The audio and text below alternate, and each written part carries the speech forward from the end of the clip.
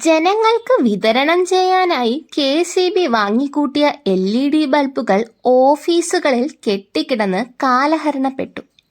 ഇതോടെ സുസ്ഥിര ഊർജ നയത്തിന്റെ ഭാഗമായി നടപ്പാക്കിയ ഫിലമെന്റ് രഹിത കേരളം പദ്ധതി KCBക്ക് ബാധ്യതയായി. 54.88 കോടി രൂപയാണ് ചിലവാക്കിയത്. പദ്ധതിയുമായി സഹകരിച്ച വകയിൽ എനർജി മാനേജ്മെന്റ് സെന്ററിന് 7.36 കോടി രൂപയും കൊടുക്കാനുണ്ട്. ഊർജ കേരള മിഷന്റെ ഭാഗമായി വാങ്ങിക്കൂട്ടിയ 1.17 കോടി LED ബൾബുകളിൽ 2.19 ലക്ഷവും ഡൊമസ്റ്റിക് ലൈറ്റിംഗ് എഫിഷ്യന്റ് പ്രോഗ്രാമിന്റെ ഭാഗമായി വാങ്ങിയ 1.83 ലക്ഷം LED ബൾബുകളിൽ വെറും 81,000 എണ്ണവുമാണ് കെട്ടിക്കിടക്കുന്നത്. സ്വാഭാവികമായിട്ടും ഒരു 3 വർഷത്തെ ഗ്യാരണ്ടിയൊക്കെ കാണുമല്ലേ? ഉണ്ടായിരുന്നു. പക്ഷേ ഈ കഴിഞ്ഞ ഒക്ടോബർ 31 അത് അവസാനിച്ചു.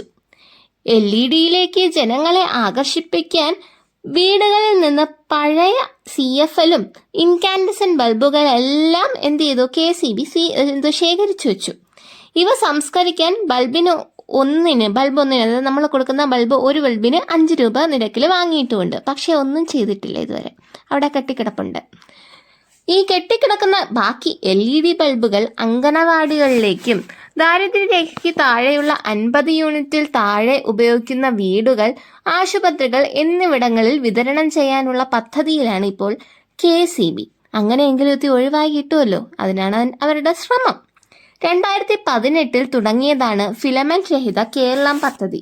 2018 നവംബർ മുതൽ കോമ്പാക്ട് ഫ്ലൂറസെന്റ് ലൈറ്റുകൾ, അതായത് മറ്റേ CFL, നമ്മളെ പഴയ CFL ബൾബും അതുപോലെ തന്നെ ഫിലമെന്റ് ബൾബ്, അതായത് നമ്മളെ പഴയ ഇൻകാൻഡസന്റ് ബൾബില്ലേ, അതിനൊക്കെ വിലക്ക് ഏർപ്പെടുത്താനും എല്ലാവരും LEDയിലേക്ക് മാറണമെന്നും അത് ഉപയോഗിച്ചാൽ മതിയെന്നും നിബന്ധന കൊണ്ടുവരികയായിരുന്നു. 3 വർഷത്തെ ഗ്യാരണ്ടിയിൽ ക്രോംപ്ടൺ ഗ്രീൻസ്, അത് നല്ലൊരു കമ്പനിയാണ് കേട്ടോ. ക്രോംപ്ടൺ ഗ്രീൻസ് നമ്മൾ കടയിൽ നിന്നൊക്കെ വാങ്ങിക്കുന്നതല്ലേ. ആ കമ്പനിയിൽ നിന്ന് സ്വകാര്യ സ്ഥാപനങ്ങളിൽ നിന്നാണ് അതേപോലുള്ള സ്വകാര്യ സ്ഥാപനങ്ങളിൽ നിന്നാണ് കോടികൾ ചെലവഴിച്ച് LED വാങ്ങിയത്.